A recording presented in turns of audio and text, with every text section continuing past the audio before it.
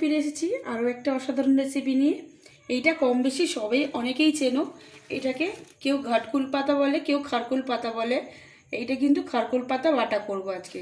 খারকুল পাতা বাটা করার জন্য কি কি উপকরণ নিয়েছি চলো দেখে নিই। খুব সামান্য জিনিস নিয়েছি এখানে। এখানে নিয়েছি নুন, চিনি, ফোড়নের জন্য এখানে নিয়েছি কালো জিরে, হলুদ আর কাঁচা লঙ্কা।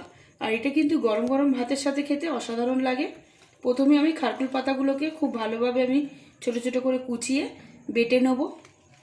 আমি ঘেটকুল পাতাটা খুব ভালোভাবে কাঁচা লঙ্কার সাথে বেটে নিয়েছি। কড়াই সর্ষের তেল দিয়ে দিয়েছি। এবার ফোড়নটা দিয়ে দিলাম কালো জিরে। কালো জিরেটা একটু ভাজা হয়ে গেলে আমি এবার এর মধ্যে ঘেটকুল পাতাটা দিয়ে দেবো। এইটা এবার খুব ভালোভাবে আমি এটার সাথে তেলের সাথে একটু মিক্স করে দেবো। আর এটা কিন্তু খুব ভালো করে জলটাকে একদম শুকিয়ে নিতে হবে। আস্তে আস্তে একটু ধৈর্য টাইম নেবে, একটু টাইম নিয়ে কিন্তু জলটাকে খুব ভালোভাবে শুকিয়ে নিতে হবে। এইটা খুব ভালোভাবে আমি একদম শুকনো শুকনো করবো। হ্যাঁ, একদম যেন এর ভেতরে জল ভাবটা থাকে, চুলকাতে পারে, ওই জন্য খুব ভালোভাবে এটাকে আমি ভাজা ভাজা করতে হবে। এবার এখানে আমি পরিমাণ মতো নুন দিয়ে দেবো। নুনটা চাইলে কিন্তু তোমরা পরেও দিতে পারো।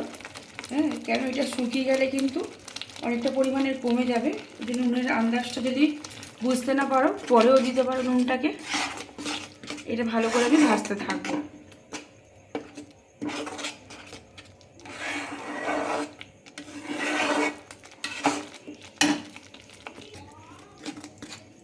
তোমরা হয়তো ভাববে যে এখানে তেঁতুল কিংবা লেবুর রস দিলে ভালো হবে।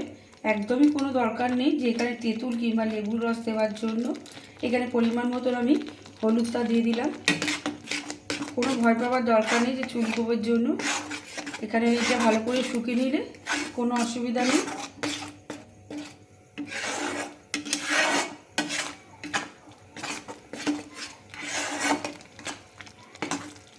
এটা কিন্তু বারে বারে নাড়তে হবে, নাহলে তলায় লেগে যাবে। এটা কিন্তু গরম গরম ভাতের সাথে অসাধারণ লাগবে খেতে।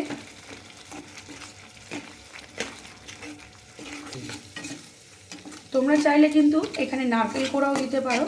আর যারা আমিষ দিনে খাবে, হ্যাঁ, সেই দিনে কিন্তু তোমরা রসুন ফোড়নও করে দিতে পারো। খুব সুন্দর একটা রসুনের গন্ধও বেরোবে। আমি এখানে রসুন কিংবা নারকেল কিছুটাই দেবো, কোনোটাই দেবো না।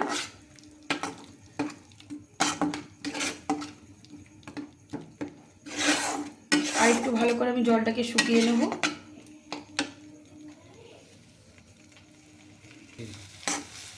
এবার এখানে আমি পরিমাণ মতন চিনি দিয়ে দেবো। এটা একটু ঝাল ঝাল মিষ্টি মিষ্টি হলে খেতে খুবই ভালো লাগবে। এখানে ছোটো চামচের 1 চামচের মতন আমি চিনি দিয়েছি। যারা চিনিটা দিতে না পছন্দ করবে তারা একদমই চিনিটা ওখান থেকে দেবে না।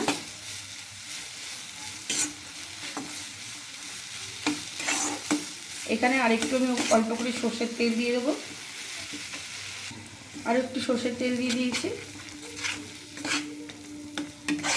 এইটার মধ্যে একটু কাঁচা সর্ষের তেল দিলে কিন্তু খুবই ভালো লাগবে খেতে।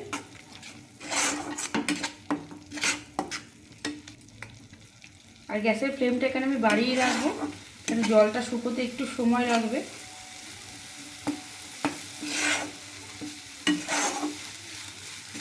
মোটামুটি এখানে অনেকটা পরিমাণে ভাজা হয়ে গেছে এটা।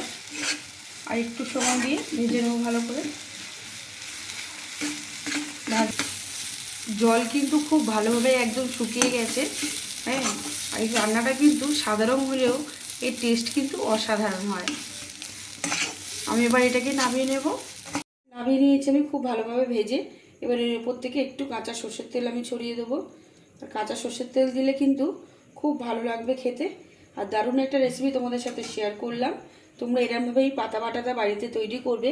গরম গরম ভাতের সাথে কিন্তু অসাধারণ লাগবে।